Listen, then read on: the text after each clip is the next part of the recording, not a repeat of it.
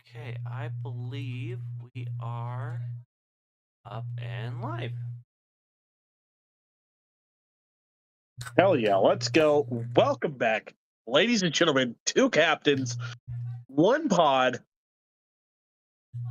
Season 2, Episode 3.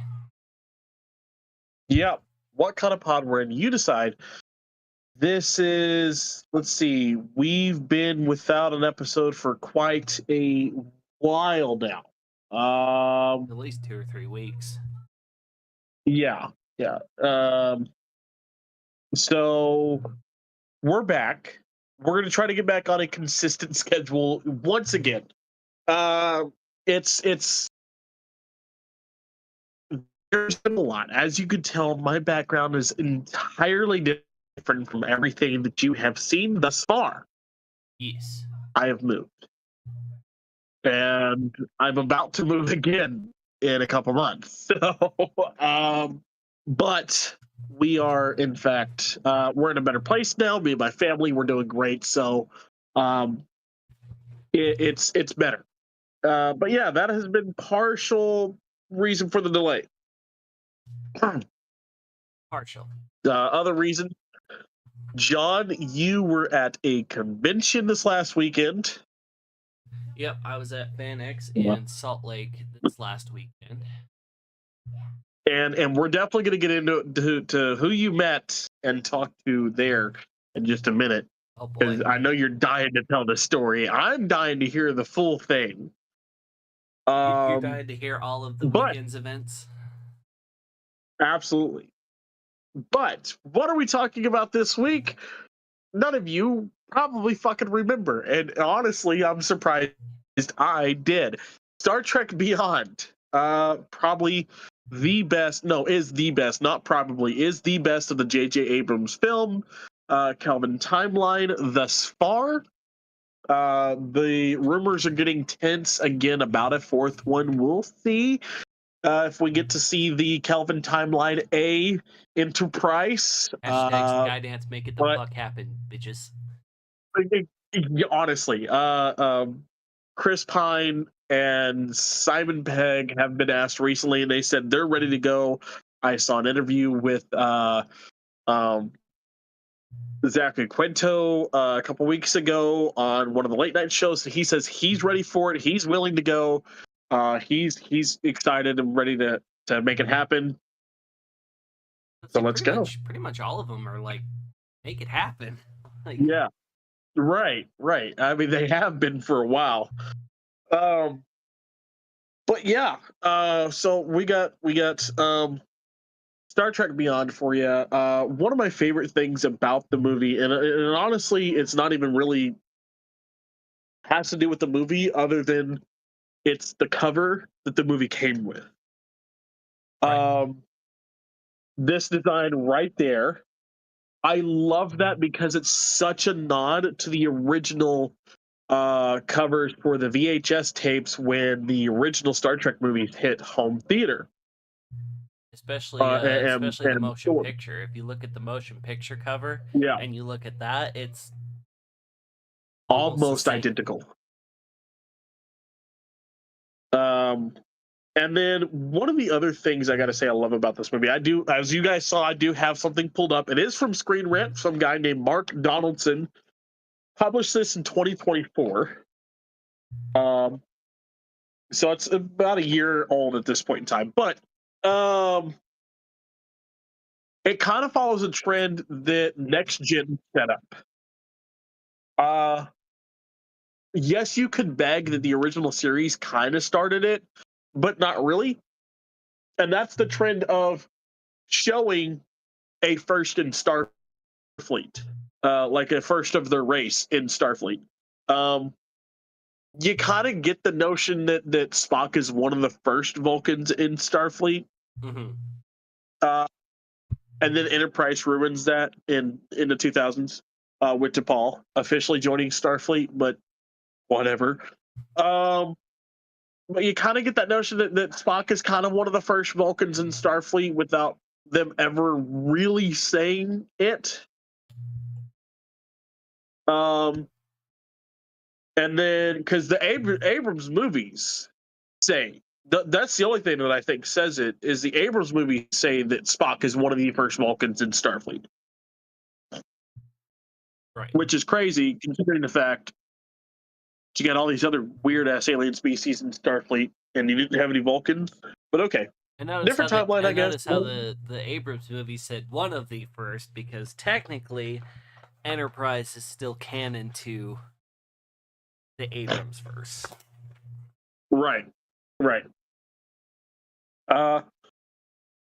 So I'm going to give it to TNG here. TNG, Worf is the first Klingon in Starfleet. We know that. That is undeniable. That's canon for the last 30 fucking years. Yep. That's been a thing. And we know that. Deep Space Nine gave us the first Ferengi in Starfleet. That's Nog. That's canon. Been canon for the last 30 years. Can't deny that one.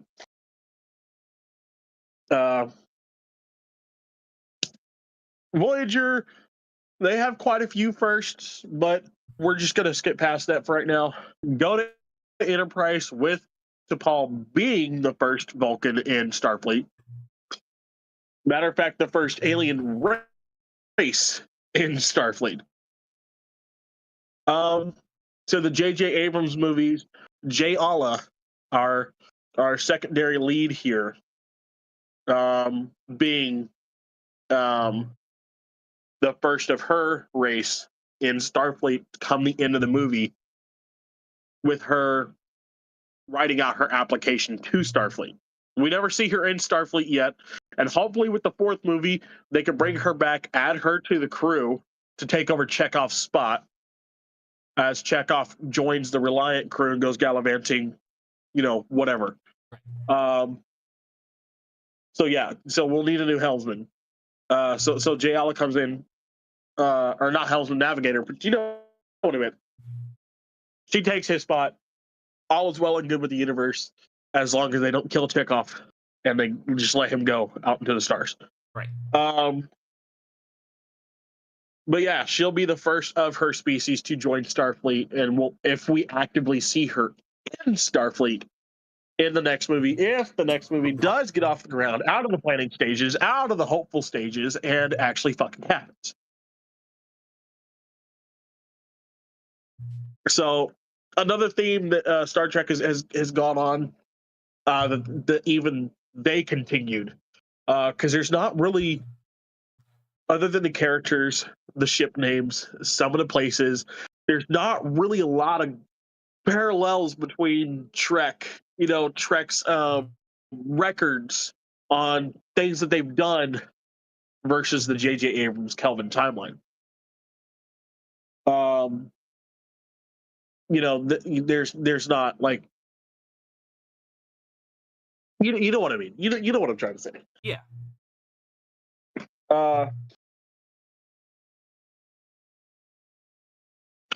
But either way, let's get into my little thing here. I'm just going to read the title real quick, get into some other news, and then we're going to talk about your weekend. So for those of you, if you want to try to find the article and read it along with us in a couple minutes here, it is Screen Rant. 8 years later, I still think Star Trek Beyond is the best J.J. Abrams movie, written by Mark Donaldson, published July 22nd, 2024. I did choose this specific title on my list of things that were brought up, articles that were brought up when I did a generic search, because I wholeheartedly agree with the title, and I hope this guy doesn't fuck us up. If so, it gives me another reason to yell at Screen Rant. Here's the other news. I did not make the Screen Rant job. I did not get it. And for fair reasons. I'm not a reporter. I'm not a writer. I'm not an author. I'm not that guy. If I'm anything, I'm the guy that acts out what's on the paper. Okay, I am the actor. I am the voice. I am not the writer. So I do not have a portfolio. I do not have a plethora of works behind me, something that I have written that would be considered any good by a publishing company. such as Screen Rant. So that is why they denied my entry. However, they did like the piece that I wrote for them.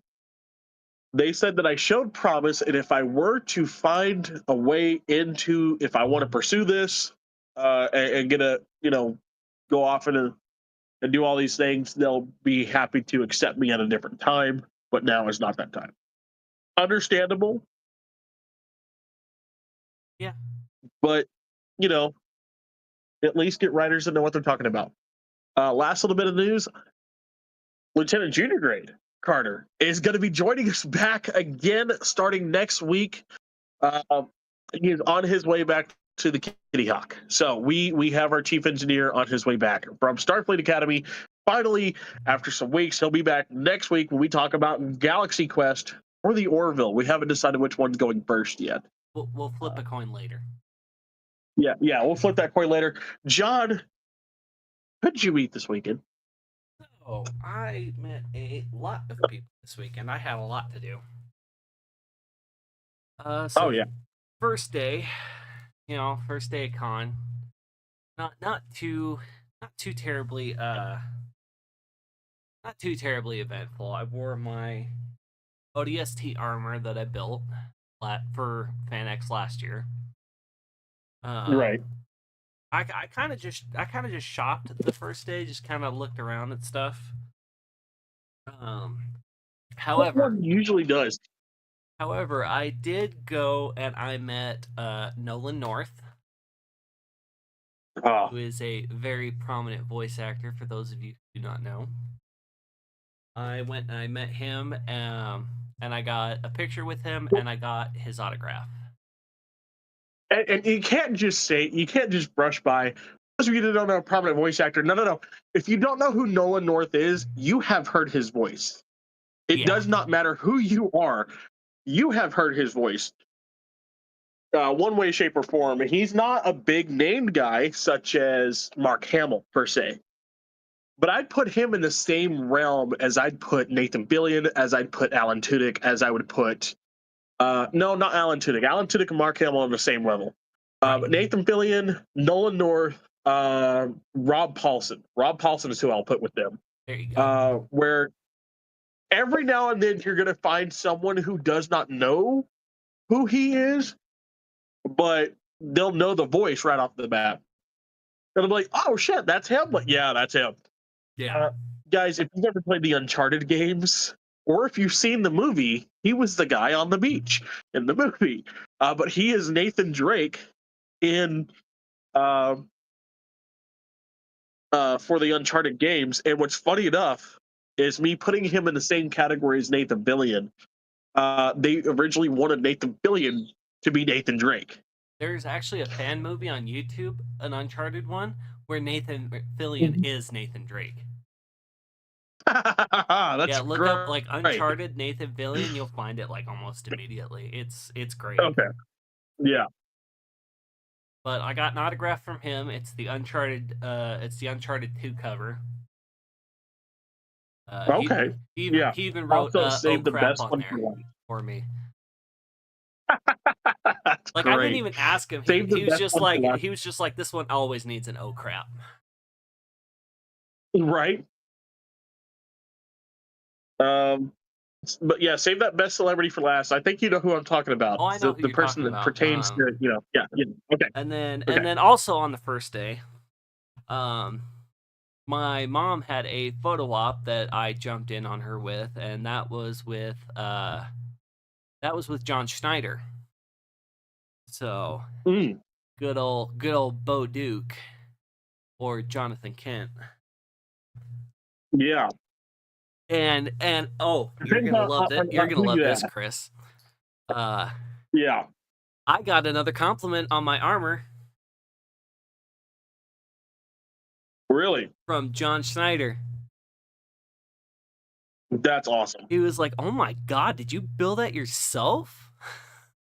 He's like, "That looks fantastic." I was like, "Oh my god, it happened again." Awesome. Give me 1 second. I'm gonna be right back. I gotta go grab me something to drink because apparently this apple juice is no longer good. Ooh, that's not good. Yeah.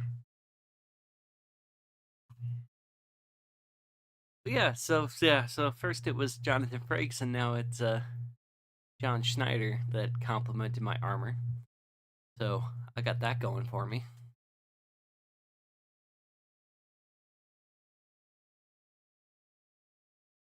Okay, I am back. Continue on.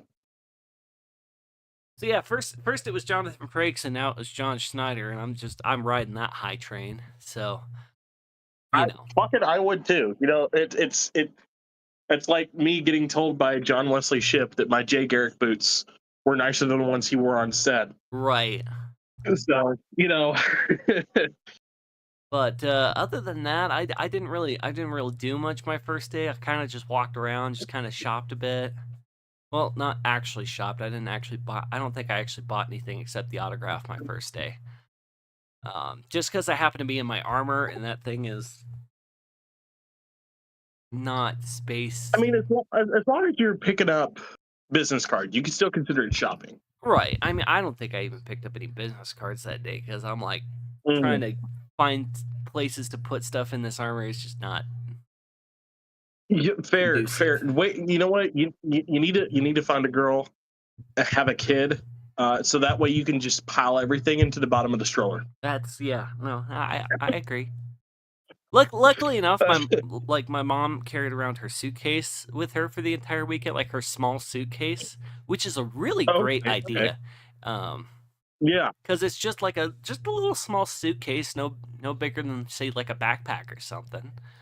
And I was like, that is okay, a yeah, yeah, fantastic idea. yeah. So Carter, he'll I carry abused around a the little hell bag out with of that him all usually. weekend. So Yeah. just bought stuff like here, put this in your suitcase. Let's see. Day two. Day two was really good. Lucky fuck. Yeah. Day two was really good. On two account. Day two was Indiana Jones Day for me. Mm-hmm. I had a photo op with Ke Huy Quan and John Rhys You Davies. son of a bitch. If you don't know who Ke Huy Quan is, that is the actor who played Short Round in Temple Short of route.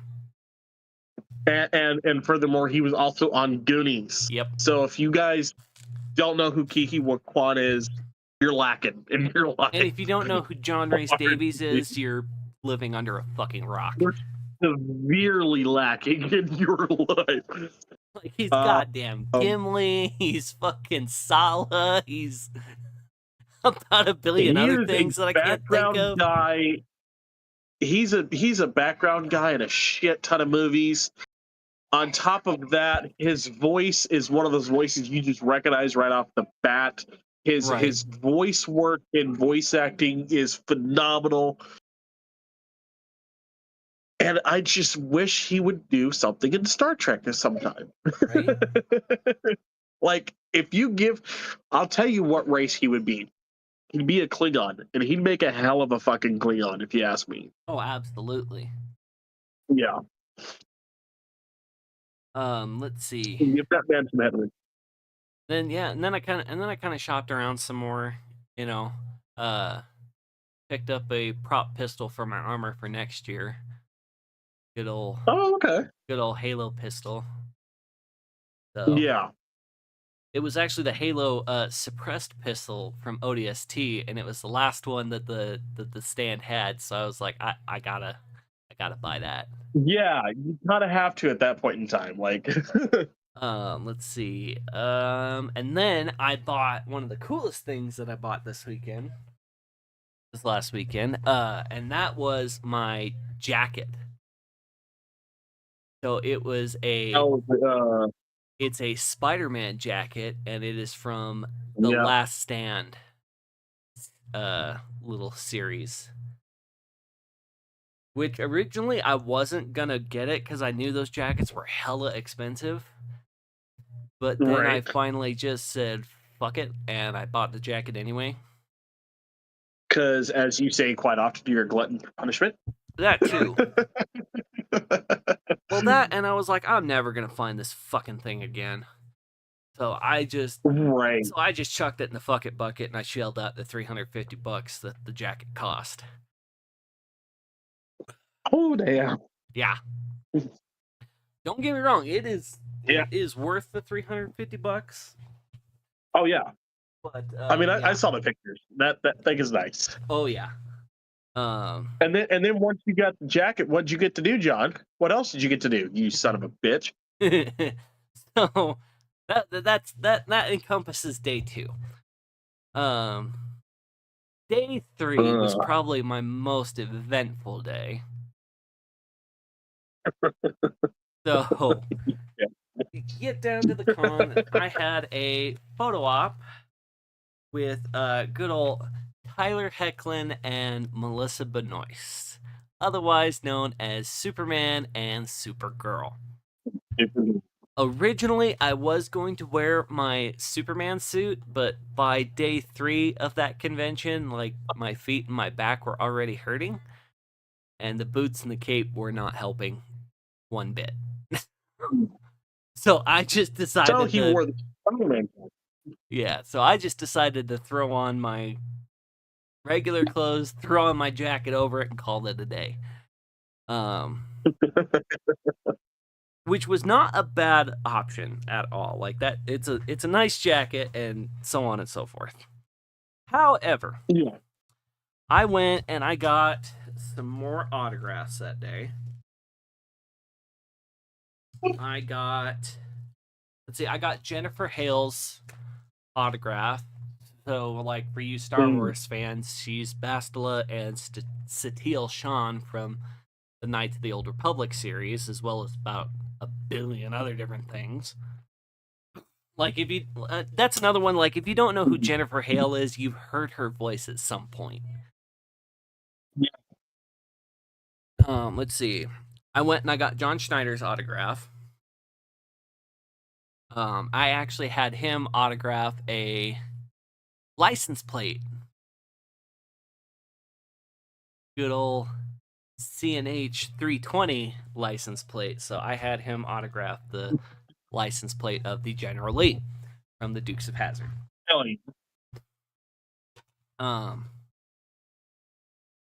let's see. Ooh, I got pictures taken with and inside of a replica of the 1989 Batmobile, which that was, oh man, that was fantastic. It was great. The only thing that would have made that better for you, in all honesty, is if you'd been able to honestly wear the Superman suit. Because how many people get to sit there and say, "Yeah, I sat in the Batmobile as Superman." And that was originally the plan. Yeah. But it ended up being that, yeah, like, shit was just hurting and I was over it at that point, so I just said to fuck with it. Which again, fair. I Fair. chose I've comfort been over cosplay day 3. there. Yeah, So, I've been there several times. right. But yeah, I got my picture taken in that Batmobile, which was really cool. I also got this I also got a little keepsake. It's a Joker $1 bill. That's And it's dope. it's filled with quotes from the movie. It's like That my face on the $1 bill. But yeah, it's great. yes. I'll have to show it to you. It's just like a little keepsake, but like it's still cool. Yeah. It was like Um, when I got to at that same convention a few years ago when they had the Back to the Future cast there, they mhm. had the Marty McFly or the Michael J. Fox Foundation when they showed up and brought their DeLorean, which is one of the DeLoreans from the second movie. And I'm already dressed like Marty McFly because I was like, it's a Back to the Future convention. I'm going to dress like Marty McFly. I even had Hannah dressing up like Marty's girlfriend from the movies. Jennifer. And yeah, Jennifer. And so I get to sit in one, not a fan made, but one of the actual cars from the second movie. And they were like, "Here's a little keepsake for you, and it's a time machine driver's license." Oh, that's It cool. actually says, yeah, and so you get to fill it out and sign your name on the bottom of it, and then I'm licensed to drive the time machine now. So I'm like, this is, it's like, it's the stupid little keepsakes that it honestly make the interaction 10 times better. Oh, Like, absolutely. And like I said, I actually got to sit in the darn thing. So I mean, yeah, they yeah. actually let you climb And up hey, and it may sit. not be one of the Batmobiles, but hey, it's still a It 89 might as Batmobile. well And you have still, been one of the Batmobiles because that thing right. was detailed as shit. Like, oh my god, like they had the dash all tricked out and whatnot. There was all kinds of buttons Yeah, and switches and shit. that's awesome. Yeah, no, it was fan fucking tastic. It was great. I loved it. And then of And then, course, and then, while I was getting the autographs, of course I had to get pictures with him too. So I got pictures with Jennifer Hill and a picture with just me with John Schneider. So he actually hell yeah. he actually thought at first that my jacket was the Smallville jacket, which I wish it would have been because that would have been Right. awesome. I still want one of those jackets, Oh, same. but no, I had to explain. No, I'm like, nah, it's a Spider-Man jacket, and so on and so forth. But like when I Yeah. was going up, so he's like, "What name am I putting on this?" And I'm like, "John," and he's like, "Oh, John, I can handle that." And like, because I'm a Halo fan, when I went up to Jennifer Hale, I'm like, "You don't have any of Spartan Palmer?" She's like, "I know, I never have any of Spartan Palmer. I'm always getting that. Like, I need to get some pictures of that to sign for people." Yeah, Um, and most then, definitely. oh, absolutely, I did get one more autograph that day. And I would like to share the conversation that we had.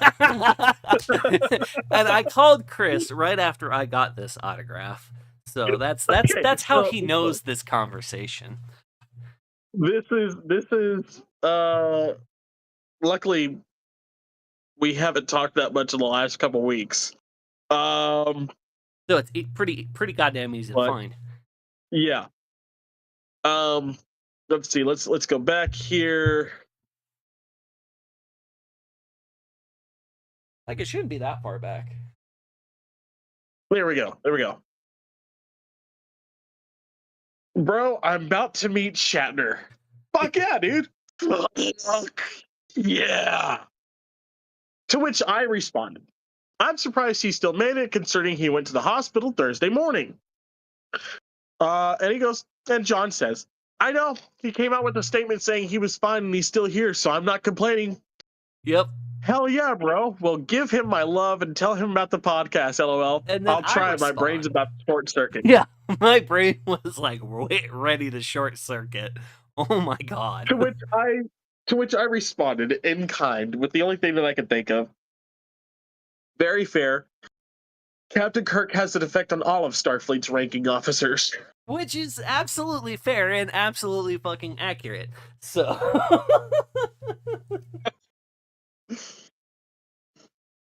So there that was the conversation. yeah, and then like That me after I and got the John had. signature, I ended up calling Chris because I was just oh like my brain 100% like short circuited and all I was able to get out was Oh like yeah. your character inspired me so much and I just want to thank you for that. So John, I asked this, and I know the answer, but the people at home need to know the answer. Have you met Shatner before? Is this your first time? No, this was my first time meeting Shatner. Not my first time Yeah. seeing him. Like I saw him at a convention 2 years ago. I wasn't able to meet Right. him at the time, but I saw him. He is a lot shorter in person than you would think. Yes. Like Yes. it always blows my mind that I am taller than Captain fucking Kirk. Right.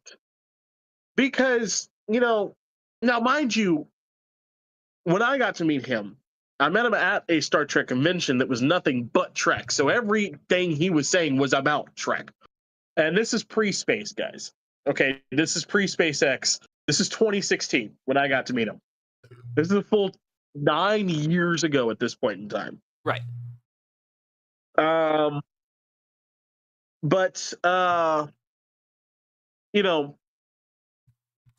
where was I going with that? Holy shit! I don't know where you were going with that. We were Oh, talking yeah, about how yeah, short yeah. Shatner is. So he was talking about he was talking about, like, on the original series, they actually had platforms built on his boots to make him kind of like not much shorter than Nimoy, because while Nimoy's not, Super a tall. giant, he's much taller than Shatner is, Much like and you they and didn't I. want it so different. Yeah.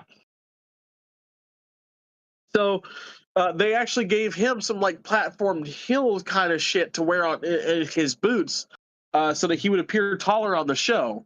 Um, It makes me wonder, like, but if no, in like the movies, like I wonder if his heels were higher than everybody else's. right? And I can't prove it. Right. Like you've seen, we've seen the movies hundreds of times, Yeah, and there's like yeah, you can't tell. right. But no, William Shatner, because Walter Koenig is not is regarded as one of the shortest members of the original cast. William Shatner is, I think, maybe a couple inches taller than Walter Koenig,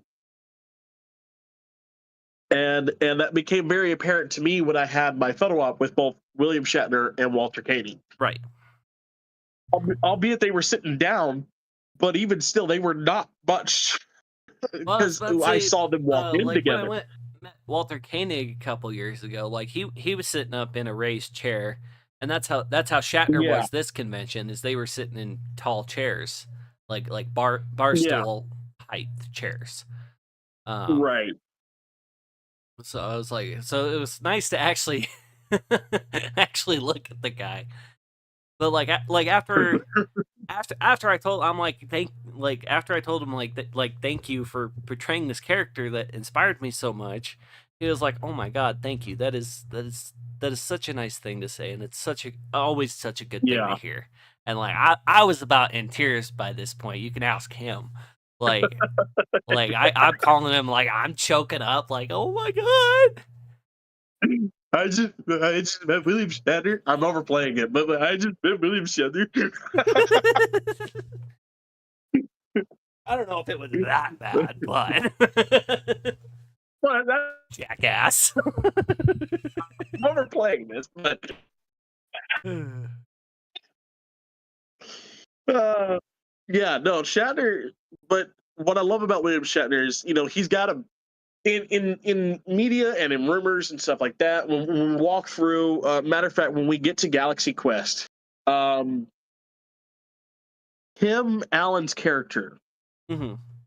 is very much a portrayal of who William Shatner was perceived to be Right. post Star Trek.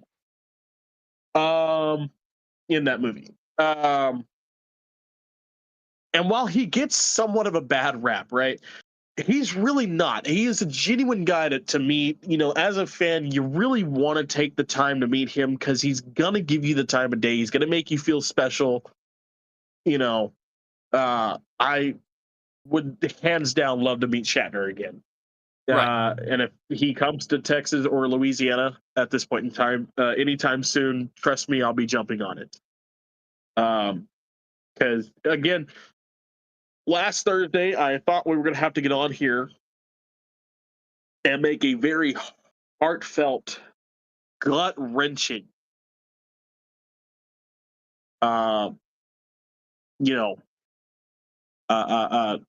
podcast episode talking about how he had passed, Right.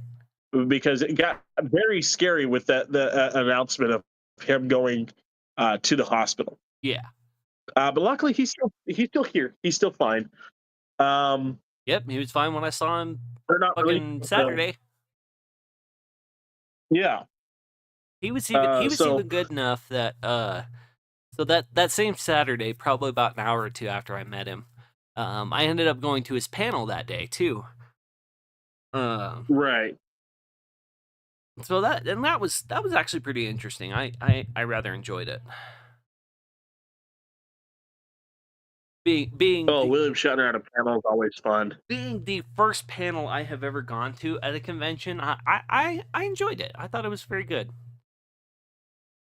Yeah, I but no, I definitely want to meet William Shatner now after SpaceX, post SpaceX, Mhm. so that I could ask him about it. Like he spent 50 years playing a guy in space. And like yeah, he wasn't all 50 years. Like maybe Right. 20 years in total spent playing this character that was in space. Well, well, But actually, finally, probably about 30 years, because if you think about it, from 66 that's to true. about, Yeah, what, 92 or something like that? that's right. That's right. Yeah. So yeah, 30 years. But either way, for 50 years, he's been seen as the guy in space. He's been seen as you know the most Billy badass dude in space. And he finally gets the chance to go. And while it may be low Earth orbit, you know, just enough to get you out there and weightless, it's still fucking space. He Right. still left our atmosphere. Okay. Um, I want to know what that was like for him. Like I know I could find an interview talking about it if I wanted to. I could Oh, probably find absolutely. thousands of interviews of him talking about it. But I'd rather hear it from him myself. Oh, yeah. I'd rather be there when he has the conversation, just because it's a lot of fun. Uh, but all right, let's get into Star Trek Beyond. This movie is bittersweet. In total. Right. Not only is it the last time we'll see Anton Yelchin and a goodbye to him, it gives us the death of Ambassador Spock. Mhm. It's the death of the Enterprise. And it's the last time we get to see this amazing crew For now. take on this universe. For now. Um, for now, so far, I'm 12 I'm minutes. staying optimistic. Yeah, I am too. I am too. 12 minutes 2 seconds in, the actual announcement of Spock, Ambassador Spock's passing. Um, I absolutely just the the first time that I saw uh, that I watched this movie was shortly after the convention in 2016. So, mind you, I didn't watch it when it released. I was about to say, I I think I saw it about a year after it came out, I want to say. Maybe a year or two. I I waited for it to get to hit home theater, Paramount's app, which at the time I think was CBS All Access. Um, but because the way it was played out was, my mom was like, "Hey, do you want to go to a convention?" I said, "Yeah, sounds like fun." She goes, "Would you like to go to Star Trek convention?" I go, "Yeah," and she goes, "Okay, well, there's this convention next year uh, for Star Trek 50th anniversary tour, and it's going to Right. have a lot of Star Trek actors." And at the time, Leonard Nimoy had signed on, and or she told me about this in 2014. Again, at the time, Leonard Nimoy had signed on. Yeah. This was November, mind you. William Shatner was going to be there. Walter Kenny was going to be there. So three of the original series, three of the five that were left at the time of the original series, people were going to be there, and I was so excited. January 2015 rolls around. We hear the untimely passing of Spock, of Leonard Nimoy. Of course, now he's no longer going to be there. It would be kind of Um, difficult, at least at that point. Yeah, and it was gut wrenching. You know, Yeah. I was like, man, now I'm not gonna get to see. I'm not gonna meet Leonard Nimoy. I'll never get that chance. But you know what? I'm still gonna go. I still want to go to this convention because I'm still gonna get to meet Captain Kirk. I'm still gonna meet Chekhov, and then the D Space Nine crew, the TNG crew that signed on, the Enterprise crew, which at the time I hadn't seen Enterprise, didn't really know about Enterprise, didn't care about them. And it was Tucker and um, Malcolm? Malcolm. Yeah, Tucker and Malcolm were the only two from that one. No one from Voyager, surprising enough. That is weird Um, because yeah, usually they're like one of the first. yeah, right. Um, and then it was talked about. Oh, we're going to get a screening, uh, a private screening for um, Discovery, the new show. Right. Um, that was going to come out a year later, and we also got a look at the trailer for this movie for Beyond, and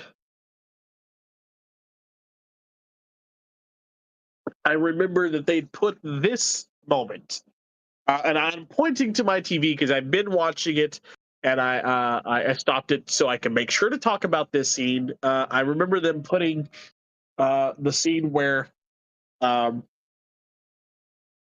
new Spock finds out about Ambassador Spock's death Yeah. in that trailer, and when I tell you the crowd from like you got about 400 people in this theater goes from like just small little talking here and there, like it's not loud to where you can't hear the trailer, but like you can hear people talking to dead silent. Right.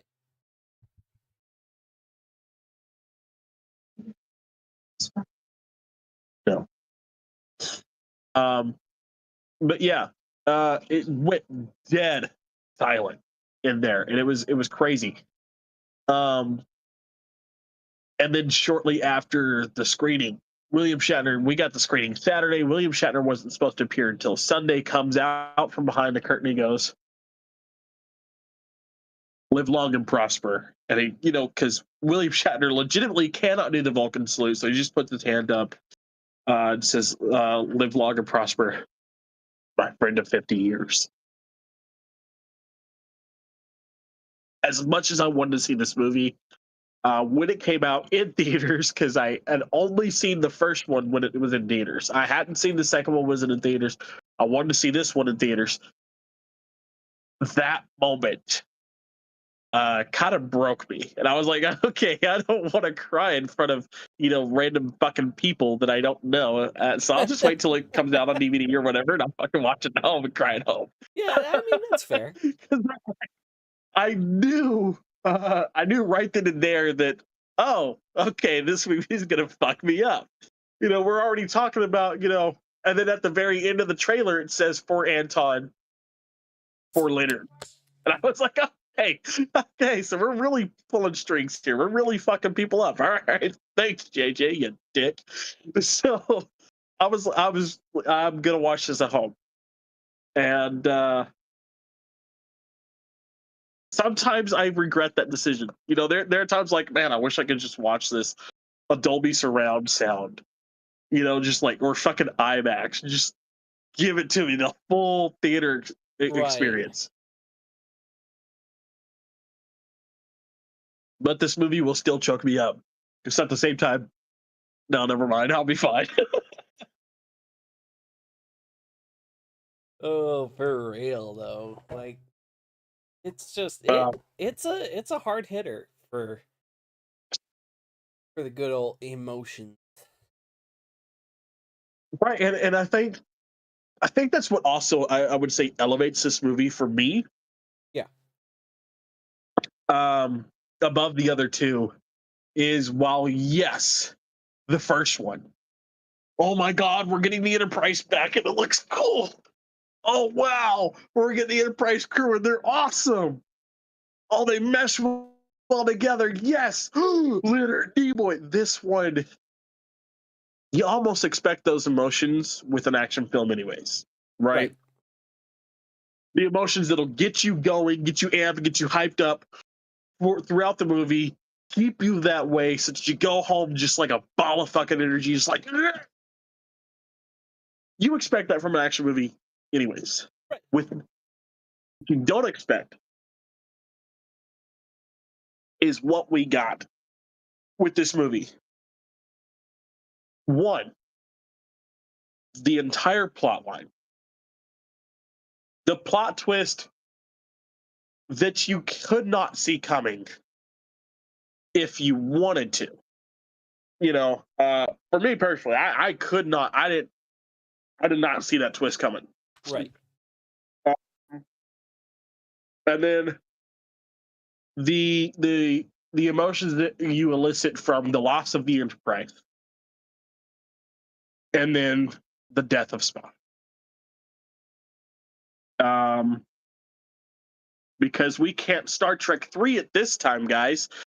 This is because the real guy has died, so we can't just Star Trek 3 and bring him back. Which is funny because this technically is Star Trek 3. Star Trek 3, yeah. We Star Trek 3 without Star Trek 3. Exactly. So I think the elevation of the emotional roller coaster this movie will take you on, and then the background Easter eggs that this movie has, such as we've said it plenty of times before, but Sulu's husband in this movie being the director Justin Lin himself, and them doing that as a nod to George Takei. This coming out on the 50th anniversary of Star Trek, so having 50 different species throughout this movie, it is a fun game to count them. I dare you to name them all because I don't even think JJ has a name for half of them. But Yeah. let's get into the Screen Rant article here. Dear God, don't piss me off. All right. Just don't do it. Not recommend. It's been 8 years, now 9, since Star Trek Beyond, the best of J.J. Abrams' 3 Star Trek movies was released. When the movie was released in 2016, I wasn't particularly excited given the disaster that was Star Trek Into Darkness. Still, I tripped along to my local multiplex on opening night, hoping that finally this would be the Chris Pine Star Trek movie that managed to capture the spirit of Gene Roddenberry while also being an accessible summer blockbuster. Although I was still skeptical about this, I did concede that the signs were promising. Although he wasn't an obvious fit for the franchise, director Justin Lin's work on the Fast and Furious movies proved that he could handle the thrilling action set pieces that had become a key part of the J.J. Abrams Star Trek movies. Simon Pegg's cult sitcom Spaced and his subsequent Coronado trilogy of movies proved that he was a screenwriter who wore his nerd credentials on his sleeve. If he and co-writer Doug Jung could balance Pegg's nerdy excesses with a solid Star Trek story, then we'd been in for a treat. Thankfully, Lin, Pegg, and Jung's work on Star Trek Beyond succeeded all fronts.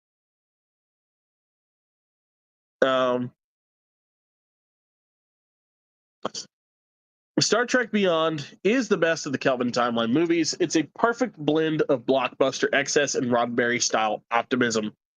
Star Trek Beyond learns from the mistakes made by Star Trek Into Darkness to deliver a blockbuster action movie that stays true to the spirit of the franchise, where Into Darkness was inspired by the bleakness of Christopher Nolan's Batman movies.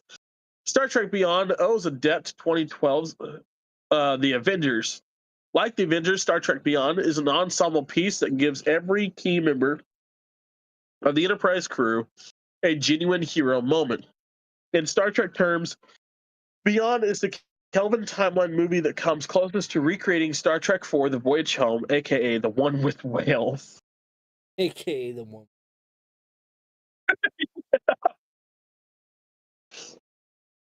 Idris Elba's villain in a climactic battle to save Yorktown also feels like a substantial blockbuster upgrade on Zachary Quinto and a Benedict Cumberbatch's fight scene in Into Darkness. That saw Spock and Khan Noonien Singh jump from hovering freighter to hovering freighter against a drab Earth background. Star Trek Beyond gives us a zero gravity battle between Idris Elba and Chris Pine in a collapsing space station. It's more dynamically directed, more in character because it's Kirk, not Spock, and crucially, it feels more Star Trek, the Earthbound slugfest from Star Trek Into Darkness. I'll give them that. Yeah, that's Yeah, yeah, no, that's a fair assessment.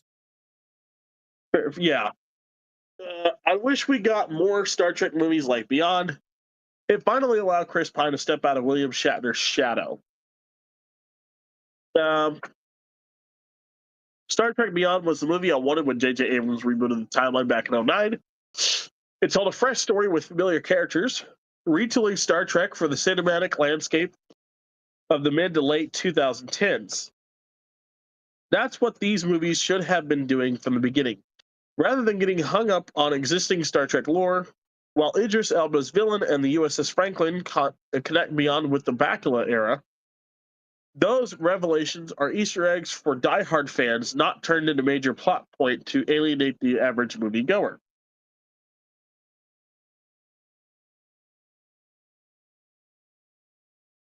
I'd argue that the reason Star Trek Beyond performed poorly at the box office was because Into Darkness was so incomprehensible the audiences weren't keen to come back.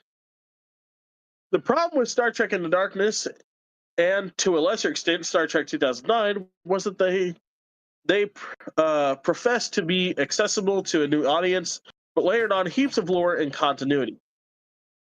I'd argue that the reason Star Trek Beyond performed poorly at the box office was Into Darkness was so Yeah, I just read that.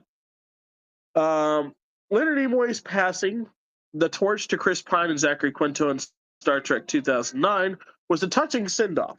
Leonard Nimoy info dumping about Khan Noonien Singh proved the script didn't do enough to sell Benedict Cumberbatch as a villain. The Kelvin's Timeline Star Trek movies, domestic box office gross, and Rotten Tomato score. 2009 made $257,730,019 with a 94% of Rotten Tomatoes. Into Darkness had $228,778,661 with an 84% score, and Star Trek Beyond $158,848,340 with 87% score on Rotten Tomatoes. Ultimately, Star Trek Beyond showed the way forward for the movie's standalone blockbuster scale adventures for the crew of the USS Enterprise.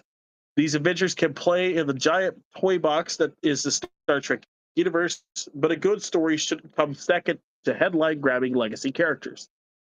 Sadly, the box office performance of Star Trek Beyond appeared to teach Paramount Studios all the wrong lessons about the movie franchise, as its sequel remains in development hell 8 years later.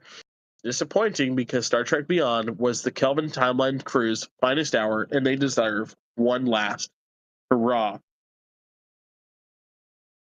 Okay, well, that was a depressing little rant, to be honest. There, I was hoping for more of like some background lore and shit. Right. But we could do that ourselves. Fuck it. I love the opening of this film. I absolutely love the opening of this film. Captain Kirk on a planet to deliver a peace treaty device to try to save two alien races from warring with each other for hundreds of thousands of years. And it's set up, and you think these aliens are massive fucking creatures You're like, holy shit. He starts getting pissed off. He's charging Captain Kirk. You're like, oh, fuck. Kirk's fucked. Kirk's dead. He's gone. And he's that fucking big. Yeah. I mean, plot twists in this movie are fucking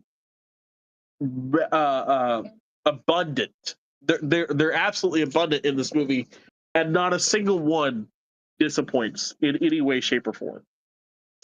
The best and major plot point Give me plot just a twist of this second. I'll be movie right is the back. fact that no worries, we're just gonna vibe here. Can you find me a decongestant, babe?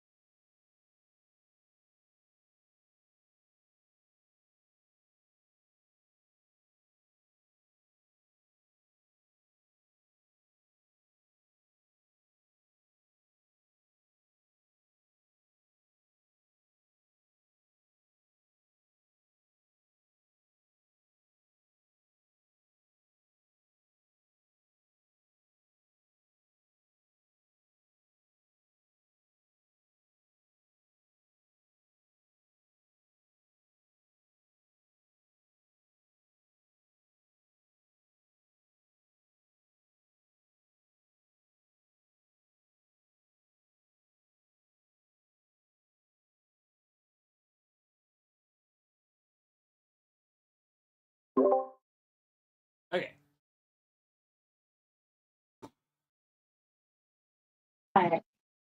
All right. Okay. So yes, the biggest plot twist of the movie being Idris Elba's character, and the crew of the Krill, being what they have called themselves, are actually Starfleet officers from an NX era ship, from the NX era, with the USS Franklin being Jayala's house, our main female lead in this movie, that gets to listen to music. And of course, as the final battle begins, we get a callback to the first movie. I think this is a lot of. It's another reason I love this. The callback to Beastie Boys, that good old song from the first movie, when we first really get to see Jim Kirk being Jim Kirk, as a kid, taking his father-in-law's car, or well, his stepfather's car, and then again with the USS Franklin coming out of the trees, coming out of the ground, the earth that she'd been trapped in for so long. And there it is, Sabotage by the Beastie Boys. And it works as beautifully as it did with the first movie, with that first scene. It just fucking works. And I love it. I love it. As I said, since 2009, Sabotage by the Beastie Boys has been on my playlist. It has remained there. And because of 2016's Star Trek Beyond, every single time it comes on and I'm driving in the car, it does not fucking matter. My foot and that pedal meet the bottom of the fucking car, and that shit takes the fuck off every goddamn time. Every time. Fired. It is. It absolutely is. But the movie, the plot twists are some of my favorite things ever. Another good plot twist, uh, which we have quoted several times. Um, you know, well, what are you trying to do? That stuff will kill you. Besides, I got this out of Chekhov's quarters. What is it? Whiskey.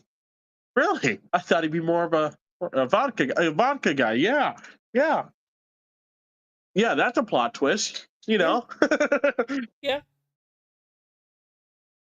the Russian that we've known for years. You know, because I don't think Walter Koenig's Chekhov ever let us know what he drinks. You know, No, so yeah, this is technically, because if I had to guess previously, I would have said that Chekhov would wholeheartedly be a vodka guy. right. Nah, he's a fucking whiskey guy. Uh, so I love that. That I love that plot twist. Like I said, that you could say that there are plenty of plot twists in this movie. They are abundant. Whether you would count them a plot twist or not, I do, for several small things such as that. Well, I Plot mean, twist. like on The actor from on the Tulu's not Chekhov gay. drink thing, Tulu's gay. there was one episode of the original that alluded to him being a vodka, and that would be the trouble with tribbles, Right, right, where Chekhov says that Scotch was invented by a little old lady from London. right, right. uh, but you know, um, like again, plot twist being Sulu. The actor for Sulu's not gay. No, Sulu is gay. Plot twist. uh, Plot twist: Spock and Uhura broke up. Oh shit. No, but it's small shit like that. That I love about this movie. I really do. There's so much I could. This movie is phenomenal. Um, the only thing I would redo about this movie, um, is instead of letting us watch them build the A in space dock, at the end of it, let us take the A out of space dock. You know, put us put us on the put us back on the bridge. Would have been another opportunity for. So where do we go from here? Um, for our Captain Kirk, with Chris Pine to say second start on the left or second start on the right, straight on till morning. It's a classic line. I think I will say I know I'm pretty sure I know why we didn't get it in this movie Right. or in 2009, and that's because of Disney. Um, I think it was a lot easier to get away with back in the 80s when they did it the first time with William Shatner. Um, in in Star Trek 6, but I think um, I'm probably gonna have to give it to Disney here and be like, I'm pretty sure Disney probably would have gotten pissed about that, Probably. considering it's technically a Peter Pan line, and we all know how Disney is with the copyrights on their stuff as of lately, especially now. Shit, try to get a Disney line past them now. Um, and then there's the uniforms in these movies. Let's get on to that. Three different styles of uniforms in this movie. Um, you get the gray kind of zipped jumpsuit style, the Yorktown base uniform. Yeah. You get a station uniform. You have their regular duty uniform, the red, blue, and yellows, which look a lot different from the previous two films, and then you get the blue and yellow uniform. I think every uniform in this movie beautifully done. Yeah, I have enjoyed. I've loved that yellow and blue uniform since I saw it. Mhm. You know, uh, for the first time, I thought that was just the coolest shit in the world. Um, and then the streamline look of the regular, ship duty uniform. Oh yeah. Um, the higher collar, I enjoyed that. Um, the way that the neckline kind of does the that kind of thing with it, you Yeah. know, where one collar goes right in behind the other one. Um, the badges are a lot smaller on this one, though, than previous. Yeah. Um, that is something I think I would change about these uniforms. Make the badge a little bit more prominent. Um, but the badges for the Kelvin timeline have always been kind of small. Uh, they weren't very big in the first place.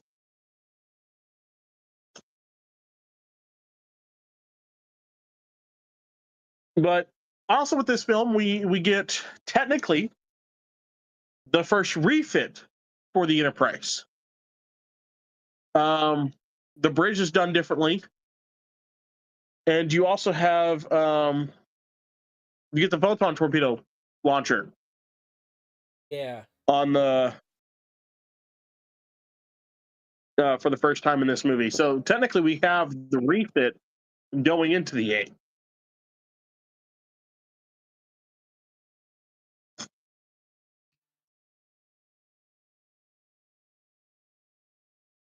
And I'm looking at it, and tell me if I'm wrong. The nacelles look like they're standing more straight up and down than on the previous versions of the Enterprise. Like, run that by me one more time. The the pylons for the nacelles look like they're almost doing this rather than the V.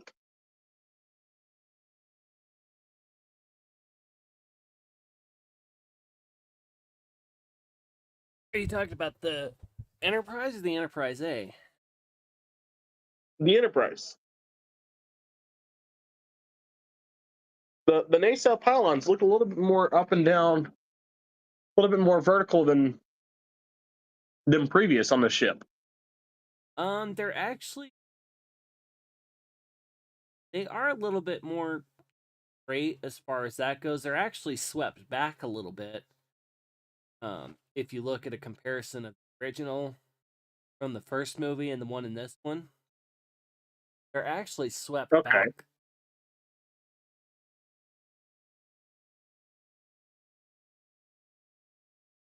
Okay. Yeah, looking at that comparison now. Yeah.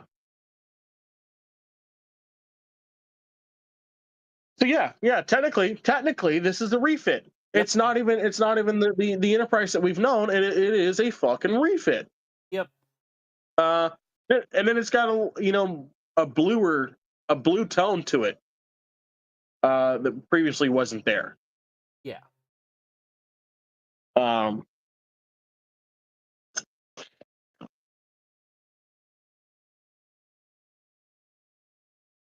but yeah, this movie, you get a little bit of everything in here, and I think what really does it for this movie is it also has, while being having the feel of a J.J. Abrams film and a Kelvin timeline, it also has that feel of classic Trek in there. Yeah. Um, and then, of course, them splitting up the crew in different ways that normally wouldn't have been done. Um, you get McCoy and Spock stuck together. Those two stubborn bastards, you know, get to have it out all movie. Um, it's great. You get Sulu and Uhura stuck together, and then you get Kirk and Chekhov stuck together for a little bit, and then Scotty comes along with Giala. Um, so you get different stories that I don't think previously would have been, told or something like that. Because when the crew would split up in the older movies, if you think about it, always Kirk and Spock, Yeah. and Chekhov and Scotty, or Chekhov and Uhura, or Scotty and Uhura. Usually Bones would stay back on the ship by himself, um, or he'd go down with Kirk and Spock. Uh,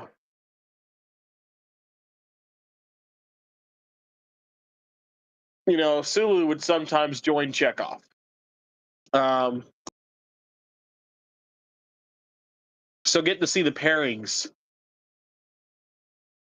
and getting these different interactions that we normally hadn't gotten before with the Kirk crew in any previous Trek media, Yeah. I think is also really fun in this movie.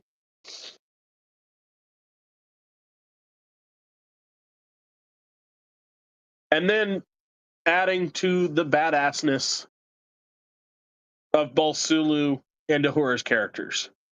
Those two characters, canonically in Star Trek, are some of the most badass side characters ever. You know, um,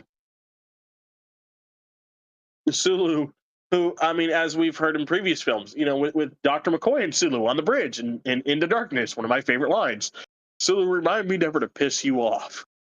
Uh, Yep. it's like and in this movie, you know, pretty much Sulu and Ahura have the entire crew, the Enterprise, saved by them damn selves. They didn't need anybody else. They didn't need Captain Kirk to come save them. No, they had that shit handled. It just worked out that Captain Kirk came to help. He helped them. He did not save them. They did that shit themselves. You know, um, Ahura pretty much deciphering everything in this movie from start to finish, kind of giving you the answers, proving her linguistic badassness that she's always, been known for. Right.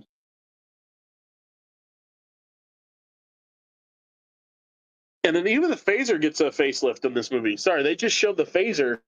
And the previous phasers for the Kelvin timeline, I'll be honest, when I first saw them, I wasn't necessarily a fan. And I'm still not a big fan of the phasers here, because they don't feel like a phaser. They feel more like a pistol than a phaser. Right. Because it shoots pretty much a plasma charge at you rather than a beam of light. But the phasers in this one, they're not as bulky.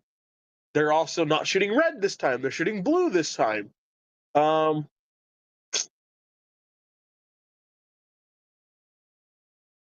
they're a little bit smaller and start to look more like a phaser uh, than the previous edition was. Yeah. But okay, I've talked enough about my favorite shit from this movie. John, it's your turn. Well, let's see. Some of my favorite things about this movie. It tells an original story for like a completely original, like this has like the only thing that had been done before in the movie was the destruction of the Enterprise. They did it in even a completely different way and so on and so forth. Mhm.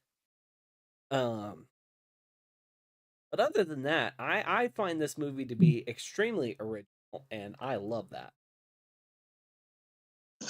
I think it puts it a tier above the other two. Yeah.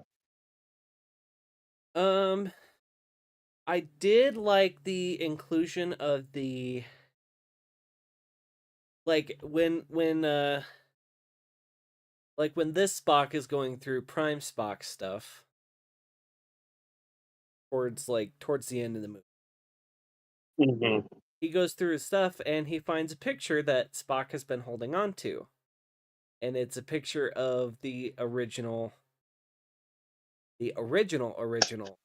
crew of the USS Enterprise A, which is actually a promo photo for Star Trek 5, believe it or not. Hmm. Which was a recreation of a promo photo done for the original series. Yep.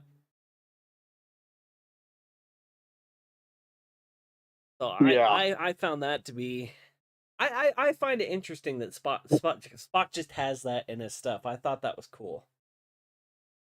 I think it adds a little bit to what we already know about Spock, because while he's not outwardly emotional, you can still tell that there are things that he deeply, truly cares about, that he does get emotional about.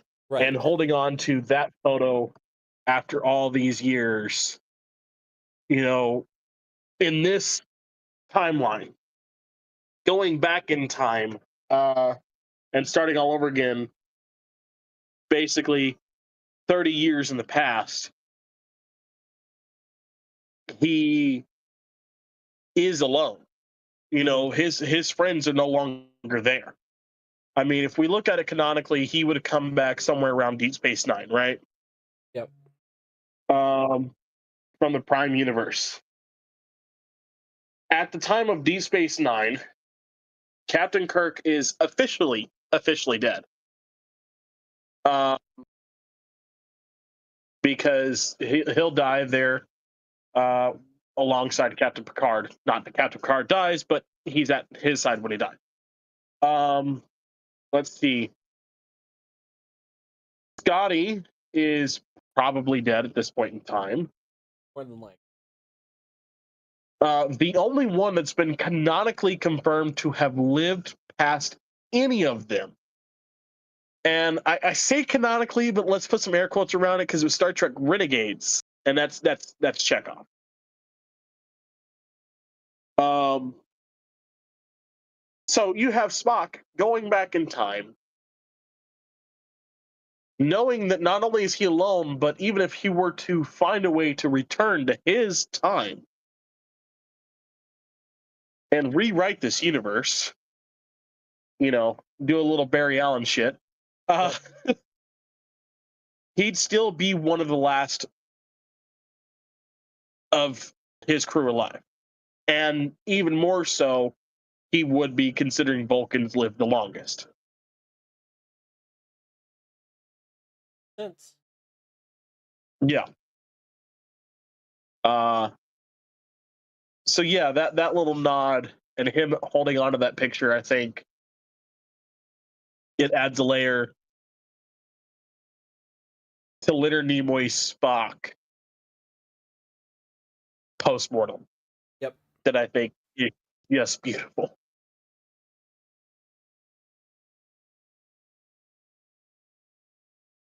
Um. And speaking of twists that I didn't see coming, um, Oh, right. I was totally not expecting the construction at the end of the movie revealing the 1701A. You know what? That's fair. I wasn't expecting that either. Like when I first saw the movie, I'm like, okay, the Enterprise is destroyed, so on and so forth. Like they'll Yeah. yeah, but then they started showing the construction, and I'm like, what are they gonna do here? What's going on? Right. And then they reveal like the painting of the registry, and I was like, oh shit. Yeah. Like one of my favorite enterprises. Yeah. And it's, and that scene at this point in time, 9 years later, feels like a fucking, you know, a, a blue ball cutscene. Mm-hmm. you know, um, but yeah, that was another one I did not see coming. I was like, well, okay, yeah, the Enterprise is destroyed. What are they going to give this crew now? Because again, they could have gone with something entirely different. Again, with it being an original story, um, and a different timeline, they could have put this crew on a different ship. Yeah. And who would they have gotten complaints? Oh fuck yeah, Because they I would have mean, gotten if you complaints, think but at the about it, same time, they could have explained it with in Star Trek 4, with the reveal of the yeah, Enterprise A. The Enterprise A was already a ship that was already in service. It was the USS Yorktown that was right. rechristened the USS Enterprise 1701A. So what? It's not Mhm. like it was a brand new ship. It was a ship they had in service that was being gutted and like redone. Right. Um, so even more original, the fact that they actually built and constructed the Enterprise A right there. That's fair. Yeah.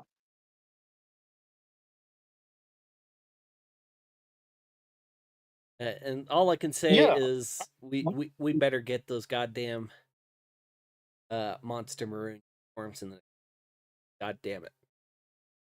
Oh, I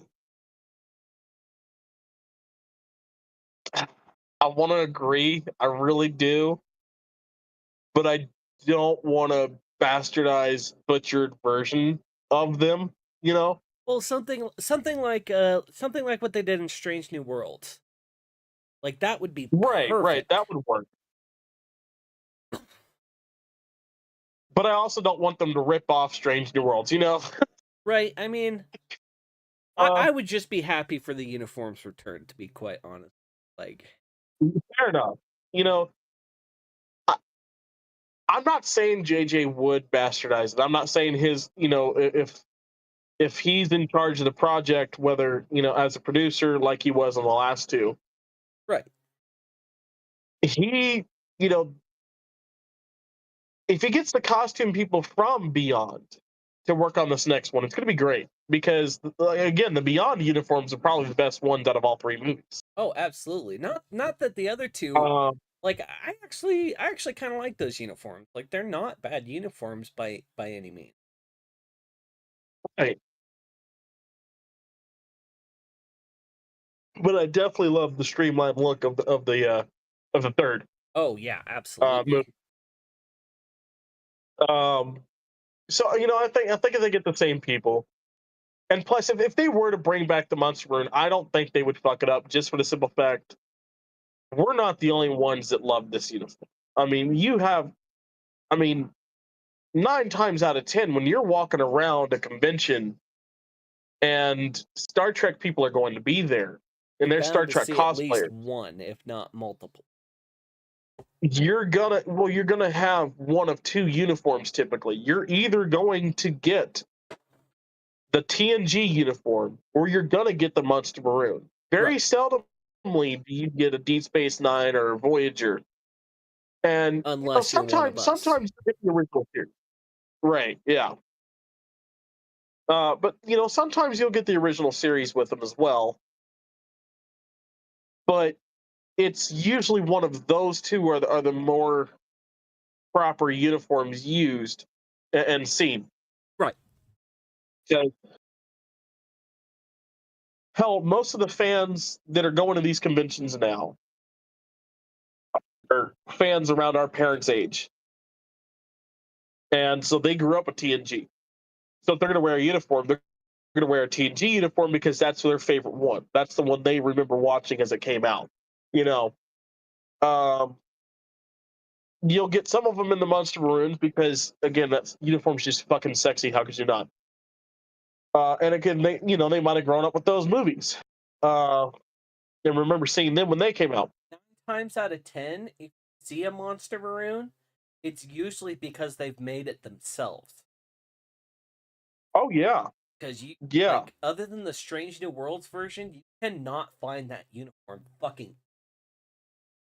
And that's part of the And I reason mean, it's you called the can't Monster Maroon is because it's so hard to recreate that it's just a monster. and I mean, you can find them, but you're either gonna spend a fuck ton of money getting a really good replica, or you're gonna get some cheap, overproduced piece of shit that doesn't even look right. You Right. know, um, because again, I could show you. I mean, not now, because we've moved and I haven't moved my cosplays with us yet. Right. Uh, but I had bought specifically just for the pants, um, or an undershirt. Not even the pants. I bought it for the undershirt. I bought a Monster Marine uniform off of eBay. It was like $30, because I just needed the shirt, Yeah. the undershirt, the white one. And the horse shit that I was given as the jacket is just that. Like, I wouldn't even wear that or sell something that looked like that and call it a Halloween costume for the Monster Maroon. That's how bad it was. Yeah. Um, like I've kept it to use it as scrap for other cosplays. Like if I need, like I'm going to cut that bitch up and scrap it into other shit. I will not even wear it. Um, but yeah, you can get the bomber jacket. The bomber jacket's really easy to find. The excursion jacket, that's a hard one to come by. That is a Like the Monster Maroon itself. Yeah. The Monster Maroon itself is really difficult to come by. But the excursion jacket, fucking legendary find. It really is. The one that I found on eBay, it looked well enough. Don't get me wrong. yeah. But it could definitely use some fixing. It definitely needs to be worked with a little bit before it looks anywhere close to movie accurate.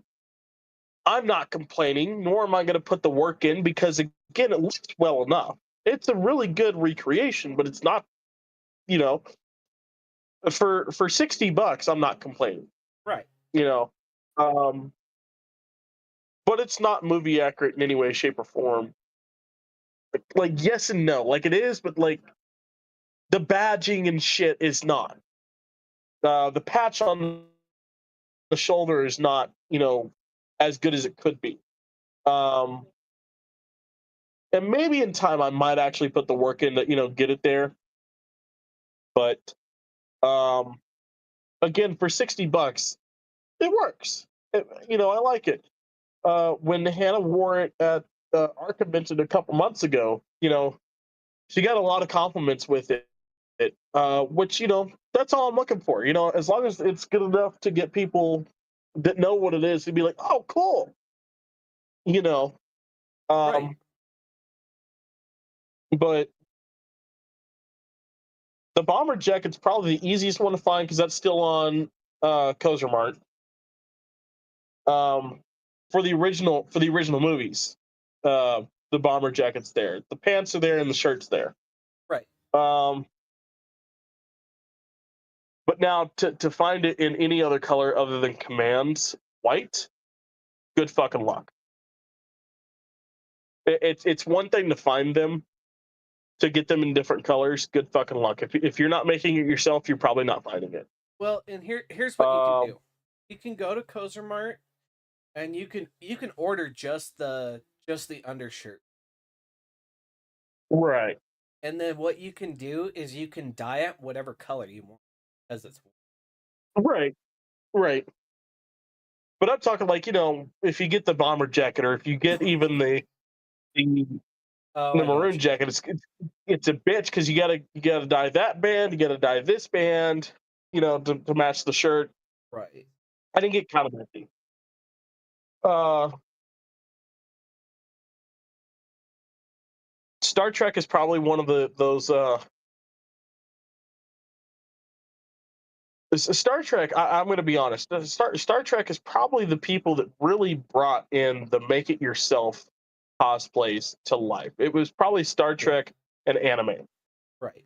Because recreating anime costumes is fucking ridiculous. Oh, it's You, yeah. you're not. You really. You're spending a lot of money if you want a really good recreation of a anime cosplay. If it's not, and I'm talking like those animes that are complicated. Not nothing like Dragon Ball Z where it's like most of their shit's an orange gi jumpsuit. That's easy to make. Yeah. You know, talking more shit like Cyberpunk Edge Runners or like hell, My Hero Academia. There are thousands of different looks for Bakugo. Uh, each person has their own style when they make those uniforms or those outfits. And Star Trek's the same way. Um, Borg cosplayers are probably some of my favorite fucking people because the amount of work they put in to being a Borg. I mean, you gotta. I have a friend who does a full on Borg cosplay, and I mean, his shit is motorized. There's shit on him that just moves at random intervals. Huh. It's fucking weird. It is cool. I mean, when you see him in his cosplay, he looks like he's actually been assimilated. Yeah. And you're like, holy shit, dude! Like, he'll scare the fuck out of you. He will scare the fuck out of you. Spook ya. But, um, you know, I had to ask him. I was like, do you have a real job?" He goes, "Yeah, I'm a fucking engineer for this company." I was like, "Bull fucking shit." I go, "Bullshit. There's no way you have a real job and are able to make a cosplay that looks this damn good." Right? Like And what I the asked him one time, I was fuck? like, how long does it take you to get in that thing? And he goes, "It takes about a couple hours." And I'm like, again, bullshit. Bull? Bullshit, because there's no fucking way. Just 2 hours and you're in that shit. um, but again, same for the Klingon cosplayers. A lot of those guys get in and out of their shit in 15 minutes. Yet Worf and Michael Dorn was sitting in the chair for 4 fucking hours. And they look just as good as him. That's also due to a higher budget. That's true. That's true. But yeah, like uh, I I don't think they'd fuck with it too much. I'm curious to see what they would do. Yeah. I'm curious to see if we'll still get a turtleneck out of it, considering the fact that turtlenecks have not been in fashion since those movies came out. Yeah. Like there was a small section there in the '90s where turtlenecks were still kind of cool, but then that gone. Right. So I'm wondering if we'd still get the turtleneck or if we get something closer to yesterday's Enterprise with the Monster Maroon. Where it's just basically a white T-shirt underneath there. Right. I'd also love to see them bring back a couple other like Star Trek. What is it?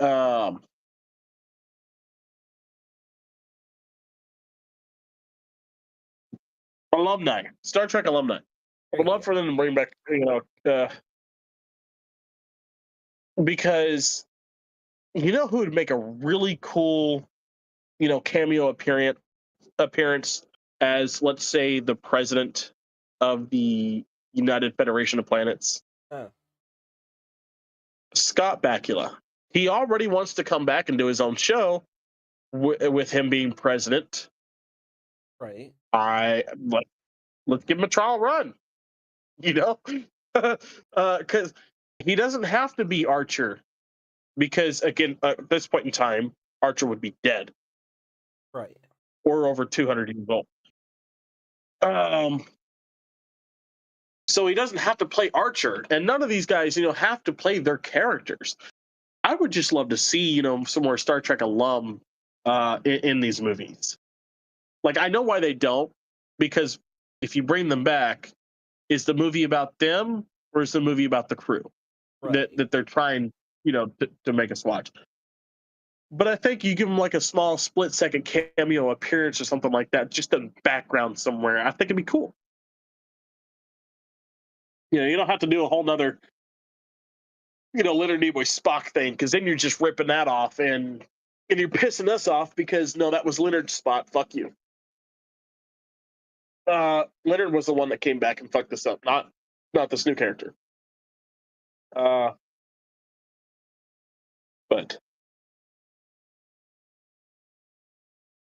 what story would you give the next mission for this crew? Hmm. Tough one.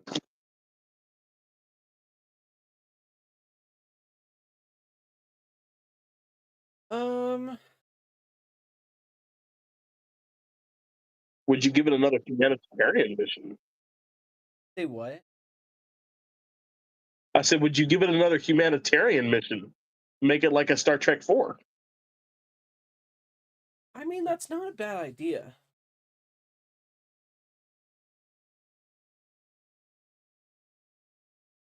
Not like we want to rip off another Star Trek movie for their Star Right. Trek movies.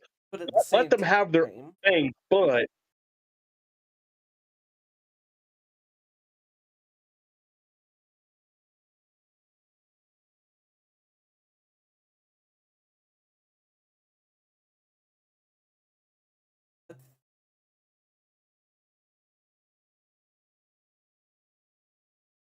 I'll tell you what I would like to see. Not necessarily what the movie would be about, but I would like to see it. Give us Spock. Let's open up the film here. Spock on New Vulcan at Ambassador Spock's grave, yeah. or like a memorial area for Ambassador Spock. Maybe they're constructing it, or they just finished constructing it. Yeah.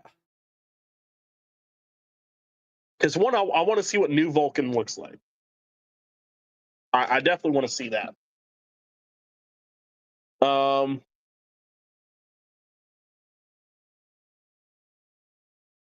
open the movie with that.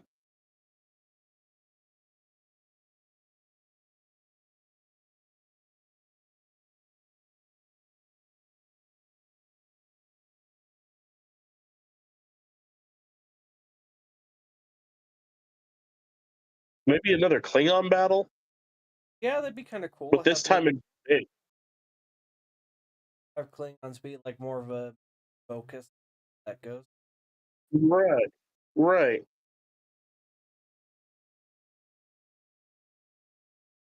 Because I wouldn't mess with any other alien species. Like maybe a Romulan ship again, like one.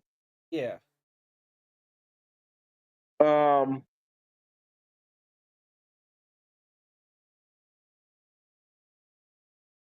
I think the Klingons would be fun to fuck with again. Yeah. I could.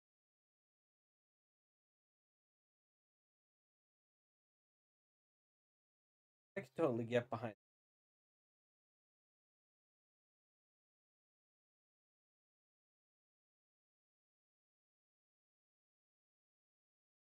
God damn, seeing the Enterprise's halls just trashed out. God, it hurts me. It always. the cracks on the hull, the fires raging in them. Ah,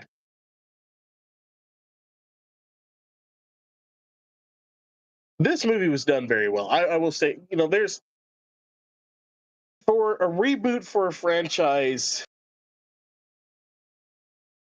there's not a lot of reboots when it comes to franchises that have had good names about them, especially when they tried to make more than one in that same reboot.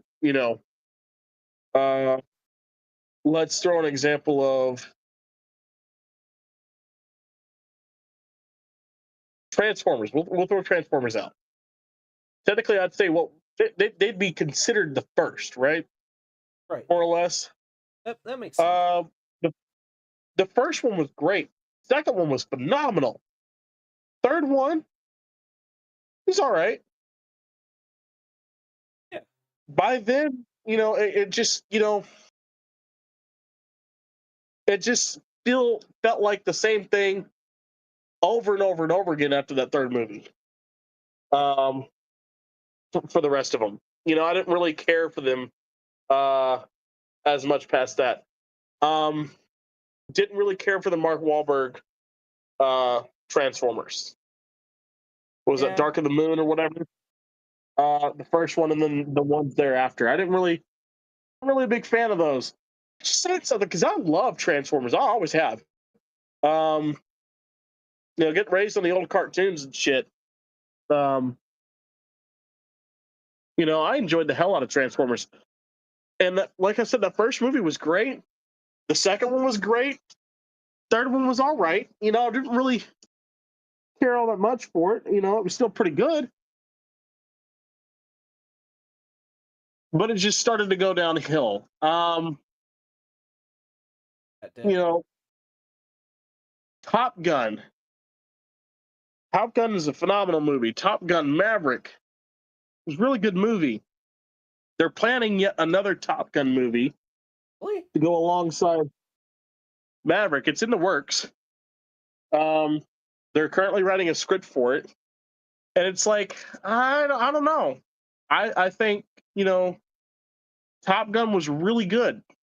That movie was so good that even without Maverick, it was still launching careers in naval aviators. Yeah. Um, in 20, we'll go the year before it came out. It was 2019, 2020. Up until 2020, it was still launching careers of naval aviators, and then regular naval personnel, because not everybody that watched that movie that joined the Navy because of that movie became an aviator, Right. because statistically that's just impossible. Yeah. So several sailors in the Navy, not just aviators, but several hundreds of thousands of people joined the Navy because of that movie. Hell, joined the military because of that movie. I've heard stories of people saying they joined the Army because of Top Gun. And it's like, why would you join the Army because of Top Gun? They were Navy. Yeah, I didn't know the difference at the time. I just went there. Makes sense why you're in the Army, but okay. Yeah. Yeah. Yeah. That makes enough sense. you know, Again, Maverick was a really great movie. I think it was a great. Technically, it's a continuation, not a reboot. Yeah. But I'm still going to call it a reboot. It was great. I don't know how I'm going to feel about this next one. Um, Jurassic Park 1, 3, hands down the greatest movies in the Jurassic franchise. 2 is okay. 2 is okay. It's not my favorite.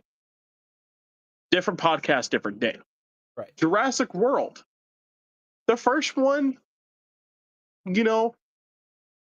was cool. It just felt like Jurassic Park 1 just done differently. Yeah. And then fucking number 2 and 3, and then Rebirth, it just felt like they kept going downhill with them, with the Jurassic World films, those reboots. Yeah. Which again are technically a continuation and not a reboot, but it still fits the bill. Right. And that pains me as a Jurassic Park fan. I know you know that, but I'm just telling the people at home, I am a Jurassic Park fan. Okay, it's tattooed on me body. Sure is. So to say that the World movies weren't great, like they're good. Don't get me wrong, they're just not my favorite. Hell, the Ninja Turtles. Every time they get a reboot, it's it's a hit or miss with them. Yeah. Star Trek, though, I think fits in her own boat that a lot of reboots don't get to fit into. And that boat is they're just as good as the originals, and their movies get better as they went along. Right. Which again, you could say, yeah, well, we can't really say that because of Into Darkness, but Beyond, it got really good and Beyond.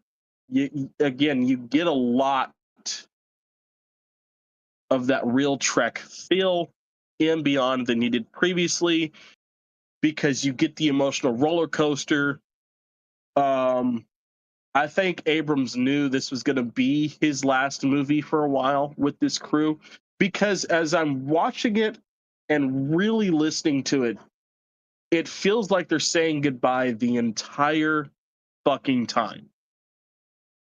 I think that last scene of us getting to see the A being built was kind of a hope for the future. But I think that's where that lies. Right. I'm going to hope, still holding out hope that we're getting a fourth one. But I think they knew 9 years ago this was it. Because also these films came out at a time there was nothing else Trek. There was nothing else Trek. And a year after this movie releases, Trek comes back into mainstream media with Discovery. And then right after Discovery, you've got Strange New Worlds and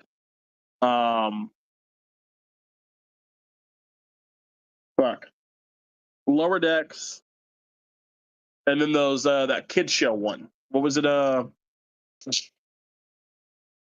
Starfleet Academy or something or Scouts something. Yeah.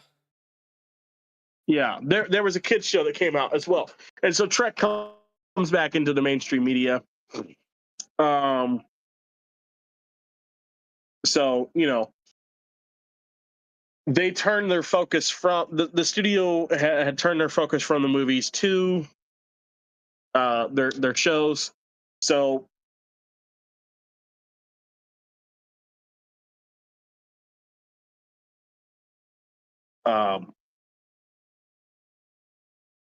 but I'm still holding out hope.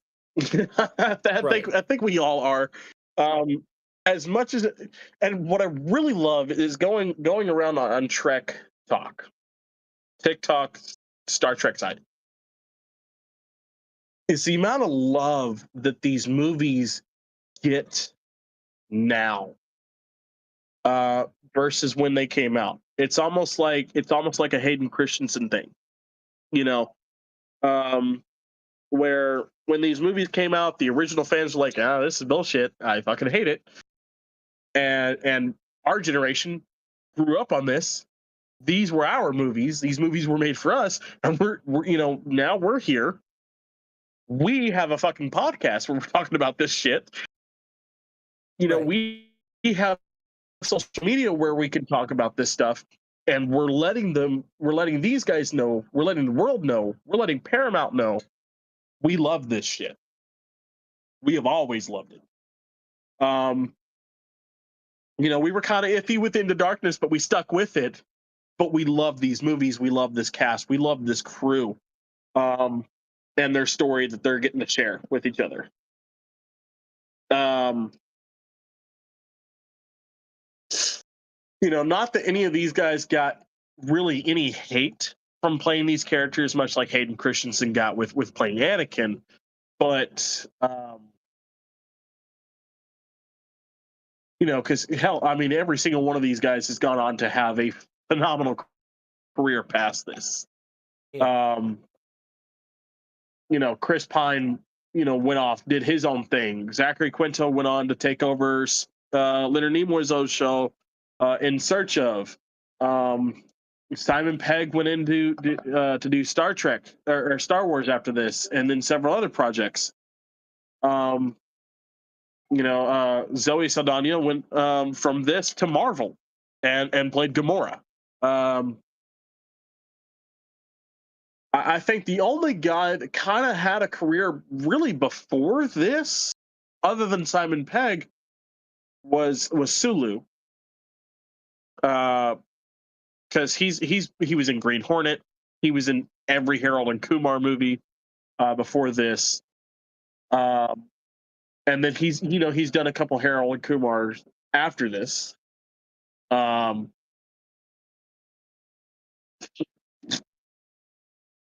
But these guys didn't indirectly get a lot of hate, but the movies did. And at first, and now it's like I see the love for them all over the place, and every time a little tease comes on TikTok, and it's like the fourth movie's in the works, the outpour of people going, "Don't fuck with me, man. I'm serious. Don't fuck with me. Give me this movie." It's fun. It's fun to see.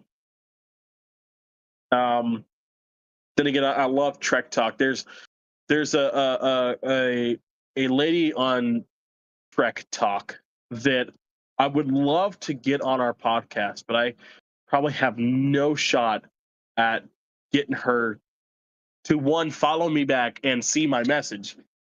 And she's a Janeway stan. I don't remember what her @ is right off the top of my head. She's a Voyager nut. And I'd love to get her on this podcast because, as we said before, I want to know who the fuck was watching Voyager like that. Because for me, Voyager was a hard watch, and still is every now and then. Like, it has its episodes, but it's a very difficult one to get through. So I want to know who the fuck was watching Voyager like that, kept them on for 7 seasons.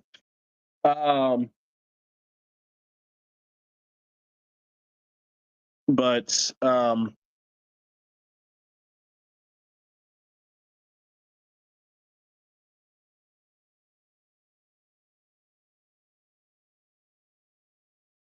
it's so weird to me to think these movies are as old as they are now, though. Though. Like, every time I see Chris Pine, I'm flabbergasted that he has so much gray and white in his hair now that it's like, what the hell happened to you, man? You were blonde like 3 years ago when you did Star Trek Beyond. Star Trek Beyond was 10 years ago. What? Okay, well, how long ago was Into Darkness? You don't want to know. How long ago was Star Trek? You really don't want to know. You don't want to think about it. Oh, okay. Simon Pegg. Simon Pegg, before these movies came out, was playing, the guy that gets the girl at the end of the movie. Now he's, the father of the guy that gets the girl at the end of the movie. And I'm like, well, how is he playing a dad? He's like fucking 30 something. No, he's 50. Okay. You mean yeah. Zachary Quinto's starting to get gray in his hair. You're like, why? What? No, he's not that old. No, he's that old. Son of a bitch. Old.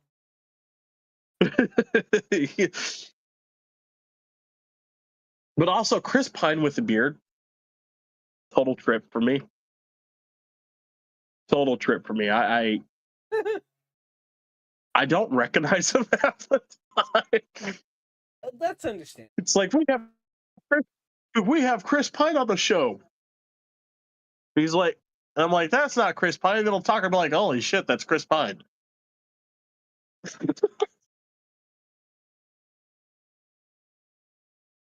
and then Carl Urban. I mean, Chris Pine's beard is to me what Carl Urban's voice is to me. I forget that he's not from here. You know? And I'll hear his accent, I'm like, oh shit, that's right. Fuck. And it'll throw me for a loop too. Um